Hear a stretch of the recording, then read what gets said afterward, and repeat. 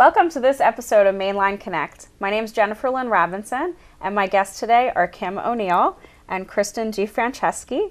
And they're both from Mainline Newcomers Club, and Kim is the president and Kristen is the vice president, and we're so happy to have you here today. Thank you for being here. Thank you, Jennifer. Happy to be here. So we like to start out the show talking about a networking topic, and you guys are the leadership of an organization in the area that's very popular, but there's a lot of great organizations out there. So I wanted to see if maybe you could give some advice on how you guys go about promoting your organization, recruiting members, and maybe some advice you can offer other people who are trying to do the same with their own organizations in the area.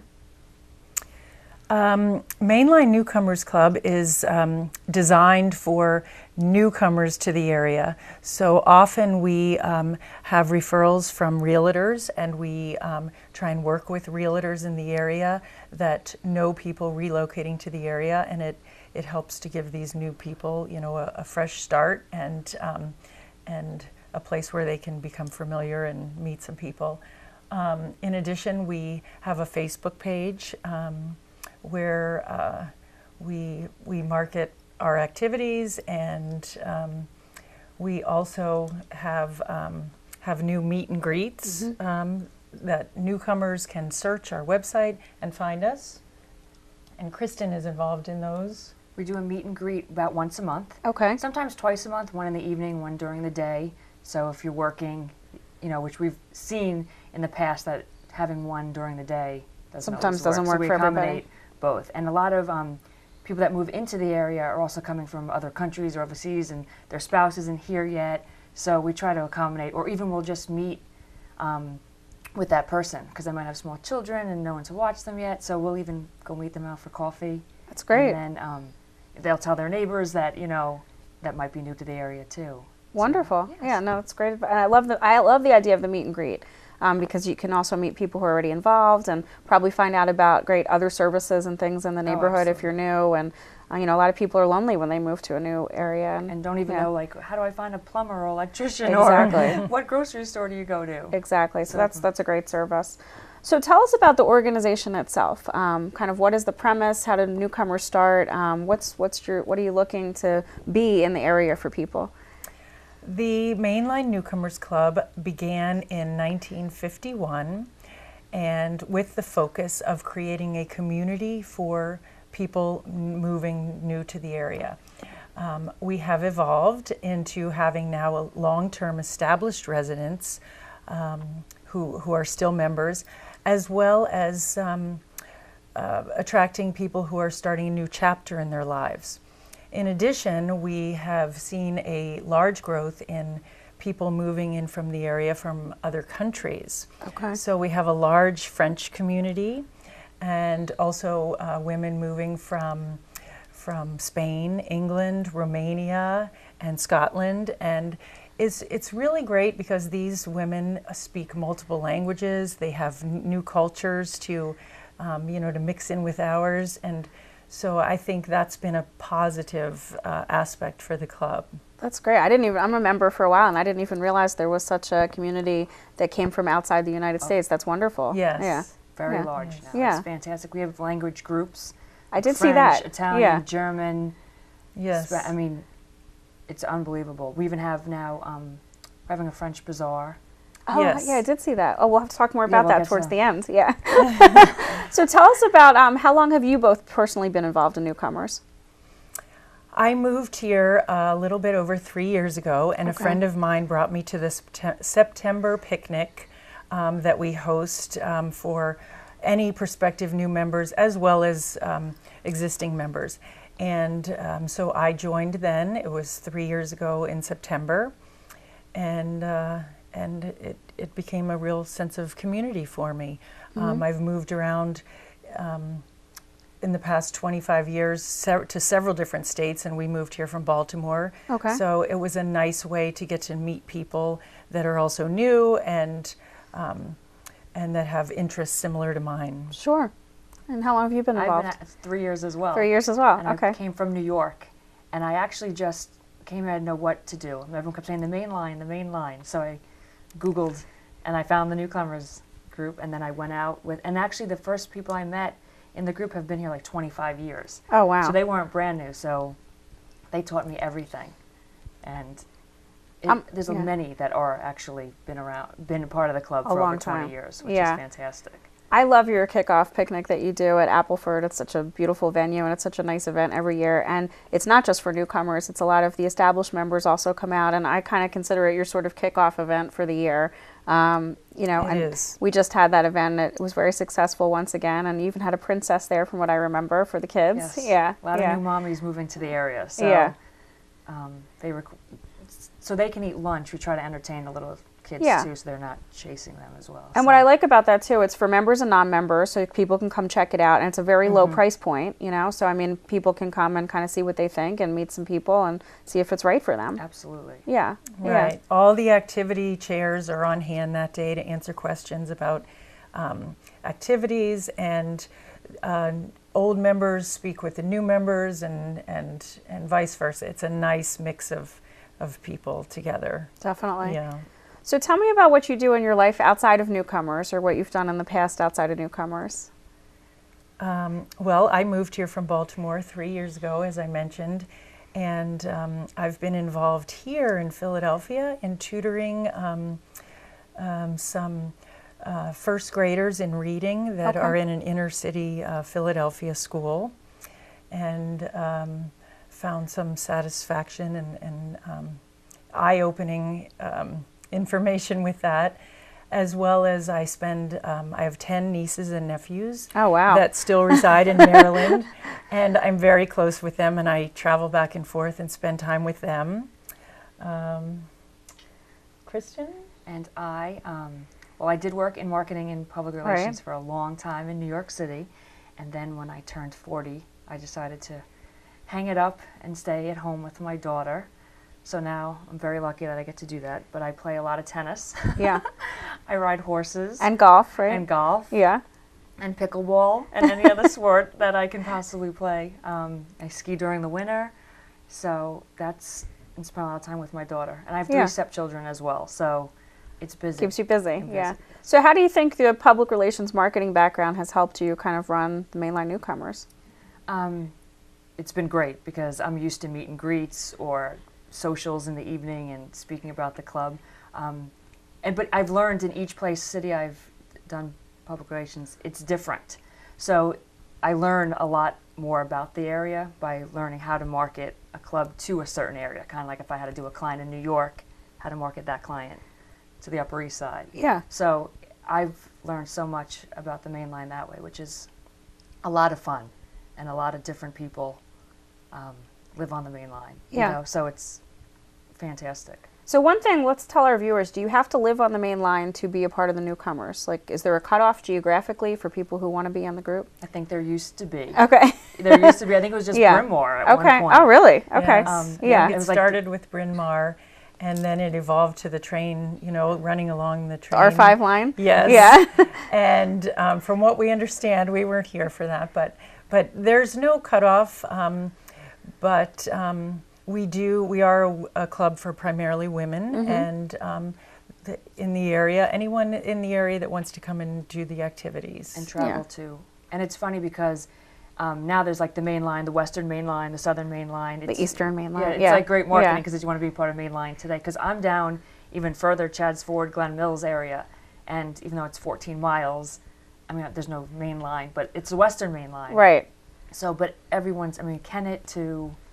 Yeah, there's not really a cutoff anymore. it's like everyone's, as long as you want to come to the events, because they're usually done up Yeah, and we also have members residing in the city. Oh, I didn't even know that. Okay. here. Our last event was in Rittenhouse at someone's home. I did not know that either. That's great. Okay, so that's good to know. And then also, I know you touched on this a little, but the club is called Mainline Newcomers. But I'm not a newcomer to Mainline. You guys really are no longer newcomers to Mainline, and a lot of your members have been involved for 20, 25 years. So I think it's important for people to realize that although it's a great service, to get involved if you are a newcomer to the area, but it's a great organization to stay involved with, even if you're not a newcomer. It's not just for people who have just moved. Absolutely. Right? Yeah. Well, what I see is people make friends here, and then they want to continue and do these things with the friends. I'm on the Dragon Boat team, and boy, we really, we bond. We do some races each year We just did the Philadelphia Dragon Boat Festival this past weekend, and I don't see anyone wanting to go anywhere. Sure. You know, you want to continue those activities with the friends that you've made. Yeah, and I think one of the things that's so unique about the organization is just how many activities and different types of things you have. So you mentioned the Dragon Boat, but you know, most networking groups will maybe have a dinner or a lunch or, you know, kind of a signature networking event, but you guys have like 15 things that go on during the month and a wide variety of activities. Do you want to speak to some of that? Sure, and also having such a wide array of activities allows it to appeal to a wide array of people. Yeah. You know, everyone has different interests, so so that's a way of attracting new members and keeping members. So Kristen, and wanting some. I mean, I play tennis on the Mainline Newcomers Group at Bryn Mawr Racket Club every Wednesday, and we kind of get sad when summer comes because we have like 2 months off, but we've just been a team, you know, for so long. Then there's like a knitting group, Right. Or you know, the French group, or book club meets every a day one, a night one. There's a Mahjong, Career Women's Network. Yeah. We have Ladies Night Out, and we'll Yeah. try to change that. Mom's group. There's just something. Sometimes I'll plan something, and someone will say, "Well, that's the same day as this, this, and this," for Right. other interests. Yeah. You know, and even Kim and I being friends, we do different events. I Yeah. mean, different things that we both enjoy. You know, And I think that makes it nice, you know. I mean, you know, you don't have to feel like you have to go to 15 things a month, or if you don't like to Oh, play tennis or you don't play tennis, course that's not. fine because there's something for everyone. Right, and some Yeah. people, which I found, it's a different stage in their life. So now they've retired, and they were busy working their last 20 years on the main line, but now they can play tennis. Yeah. So they'll apologize and say, "I'm not really a newcomer, but can I?"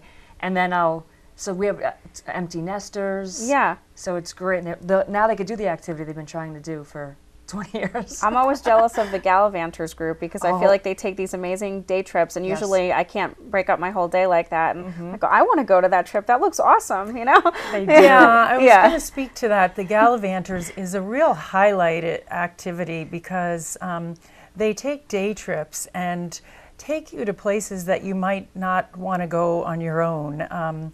And it's nice, you go with a small group. For instance, they've done a tour of the Pennsylvania Academy of Fine Arts and a murals tour in Philadelphia this year.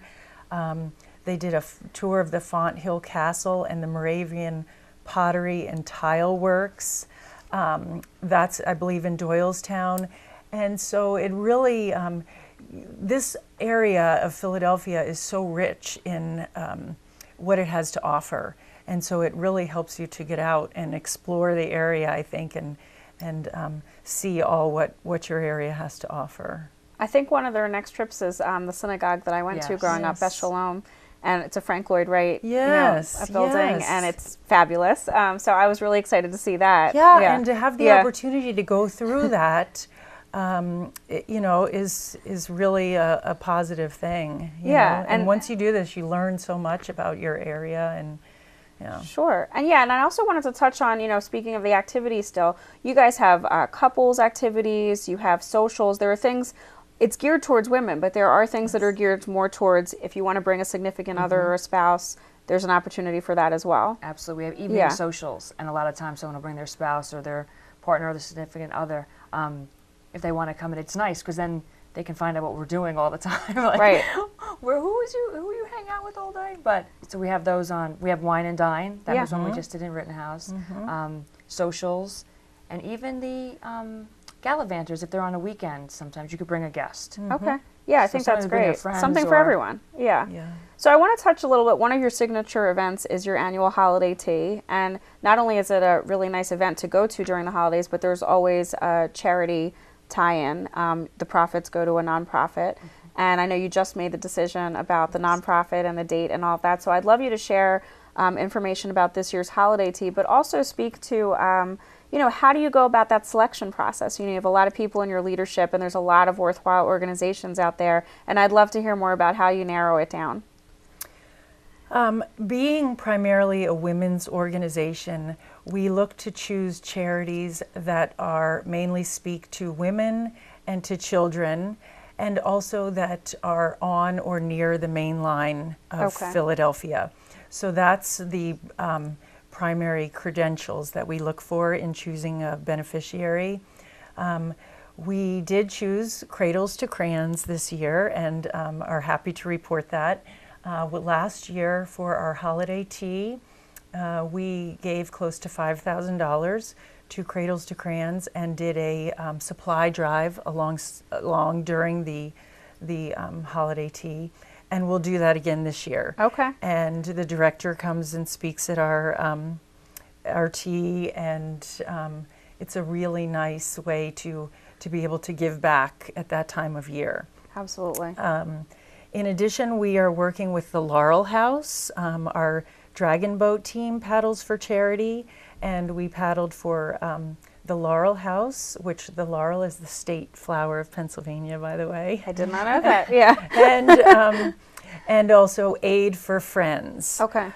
which is a meal-based meal donation program based in Philadelphia. And so we are going to be doing a project with the Laurel House coming up soon. Great. So do you select, I know for the holiday tea, you select a charity every year. For those other Yes. kinds of activities you mentioned, do you also change that up every year? Yes. The members vote, and that's how, and we give a small selection, you know, we maybe four choices, and then we do a vote, and that's how it's chosen. Okay. But again, the criteria remain the same, that Sure. it's mainly geared to women and children and are close to the main line. So when is the annual holiday tea this year? Do you want to share with our viewers? December 15th. Okay. And that will be at Appleford? It will. Yes. And that one is just for members. Just for members. Okay. Lots of your activities are are for- open yes, to non-members, but this one is just members. Just members. Okay. All right. So people can come to that if they're a member. I'm looking forward to it myself. It's Yes. a nice event. Thank you. Yeah, and it's a great cause. So, you know, it's mainly a women's organization, and I guess I wanted to talk a little bit about why it's important for women to network with other women. You know, I mean, obviously, my career is based in networking, and I do a lot of networking myself. I'd say I do a lot more networking with women than men, although I realize I have to do co-ed networking as well, especially since I want to gear a lot of my business towards corporate. But, you know, I think that it is really important for women to network with other women. There are definitely articles that you see both ways. I think that some people feel, you know, sometimes you see writing where people feel that women's organizations maybe aren't taken as seriously, or people can't get the leg up with women's organizations the same way they can with other organizations. So I thought it would be important to kind of talk about why you thought it was important, you know, in mainline newcomers to focus on women networking with other women. I think that this is a venue where women can be open to relationships in a very comfortable atmosphere. So while I think networking with both men and women is important, this venue allows for women to really be comfortable in the atmosphere. We make the rules, and we don't feel like we're being judged by men just in this venue. And also women being together like this, having shared experiences, really creates strong bonds. Sure. And I think that's important. It's kind of like a camaraderie that you might find on a team, you know, that when you're young you have plenty of teams to join, and so this is the feeling that I get from it. Yeah. And since you guys have been involved for a few years, have you seen, you know, friendships develop that have really lasted over a long time? Absolutely. Outside of the group? Yeah. Oh yeah. Yeah. Yeah. It's great. Yeah. It's like a place, sometimes you get so caught up being like a mom and a wife and, you know, a cheerleader and a chauffeur, and you're doing all that, then all of a sudden you go and you find out that other people they're in the same boat, and it's like an escape from that. You go out, you laugh, you have a great time, play tennis, do something you enjoy. Right. And like with no pressure, just, Yeah. you know, learn about what someone else does for a living, what they do all day, or where they traveled from. I think everyone needs that. Yeah. And what I really like about it too is, even though you do have the Career Women's as some of your activities, it's really more focused on sort of a social aspect, I would say, than maybe some other organizations, which I like about it, because I feel like there's so many things in business that you focus on that are business networking, and this is really more kind of building those personal relationships and neighbors and friendships and fun things like that. Yes. Yeah. Yeah. Which is great. bonding experience for women. Yeah, I think it's been good. Yeah.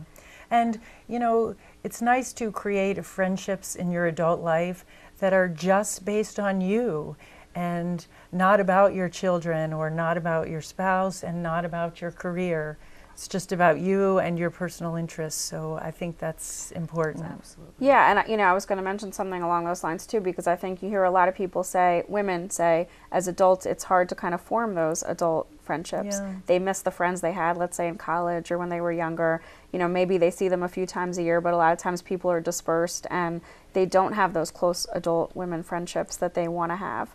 So it's great to have a group, you know, that kind of facilitates that, whether it's for new moms or career women or, like you said, people who are kind of doing their second act in life and things like that. Yeah, yeah. And it's like you'll be friends with someone who could be 20 years younger than you or older than you, but you don't even see it that way. It's like all the same, and you're Right. enjoying something. Yeah. And you're at different places in your life where, you know, someone could be working full time or someone's home now, you know, so you become friendly with whoever's in your circle of Yeah. the time you can get together. Yeah, no, it's really a special group. It So, is. Thank you. Yeah. Yeah. so I guess we found it to be. So let's talk a little more generally. You know, these are just sort of more general questions outside of the organization. Is there a book that's kind of influenced either of you that you want to talk about? Doesn't have to be business related, that you think people might be interested to read that's helped you kind of grow as a person? I do. And one, Yeah? it's called Having Your All. Okay. And amazingly, she's an author, Emma, F-O-G-T is how you say her last name. She's a member of Mainline Newcomers. I know her, yeah. So, which is also another great thing. So you start reading books like, oh, wow, you know, an author's in her. And her book, Having Your All, has helped me because I've worked, you know, and then I stopped working at 40. But I kept thinking, well, now what do you do? Like, Right. you can't just be a mom. And her book explains the balance. You know, why all of a sudden I stopped working, I started volunteering everywhere. Now I'm just as busy as I was working. Right. So her book, fantastic on balance and why we pressure ourselves as women to think we have to do 100 things. And so I always go back to that book.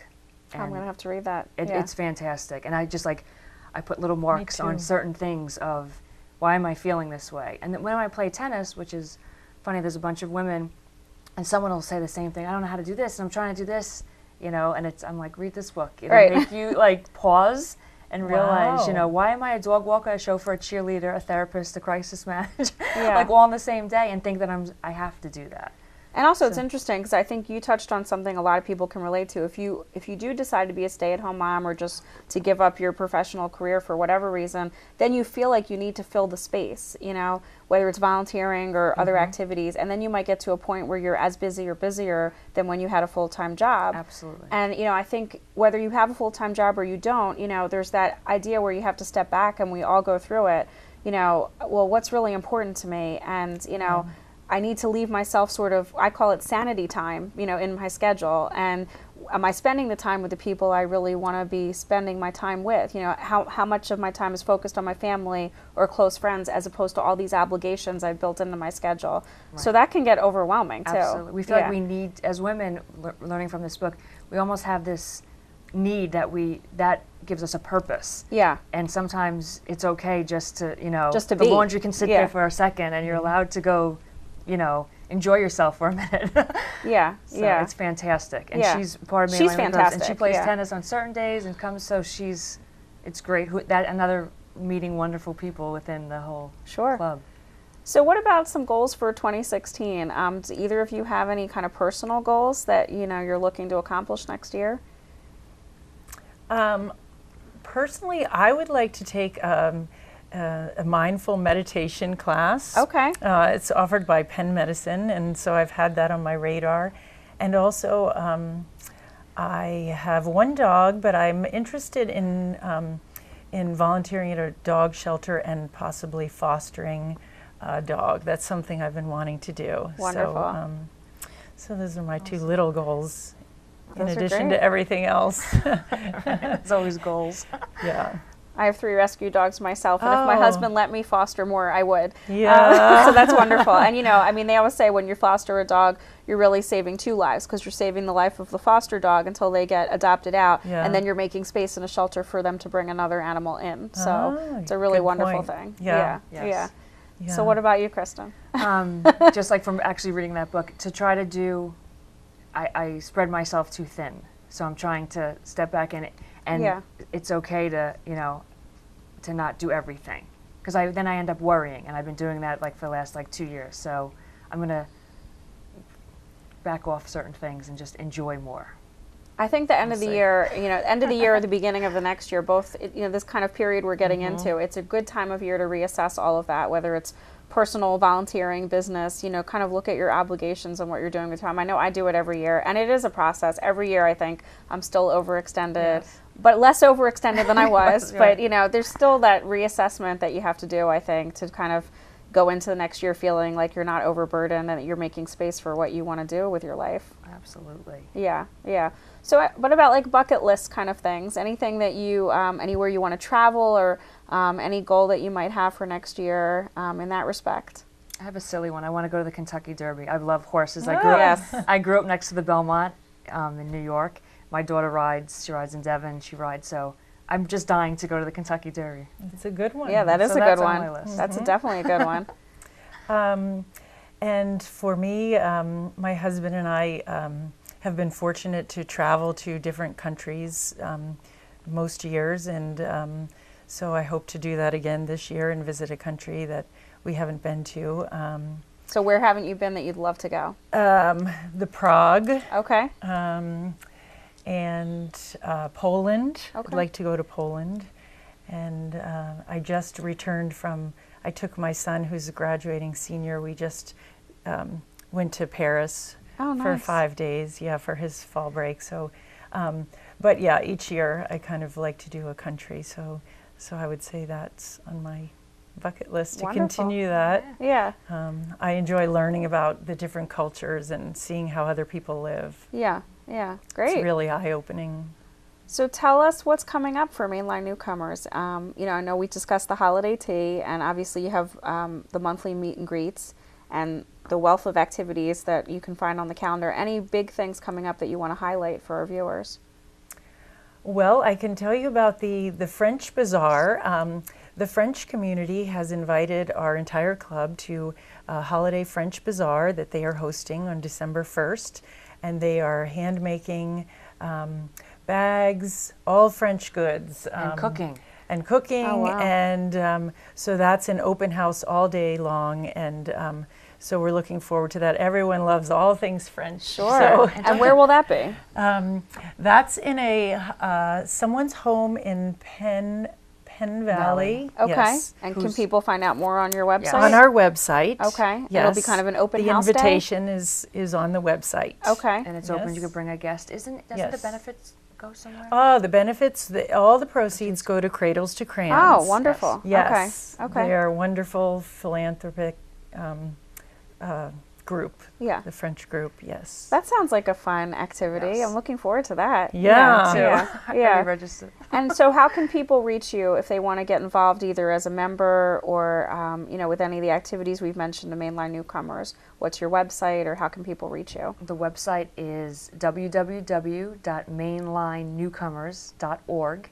And on that website, there's plenty of activities listed, but you can also, the email addresses for the chair of that activity is public. Okay. So if you're interested, it's not, in knitting or tennis or dragon boats, you'll contact the person who's actually in charge of that, which is great. So you can start there. Okay. Yep.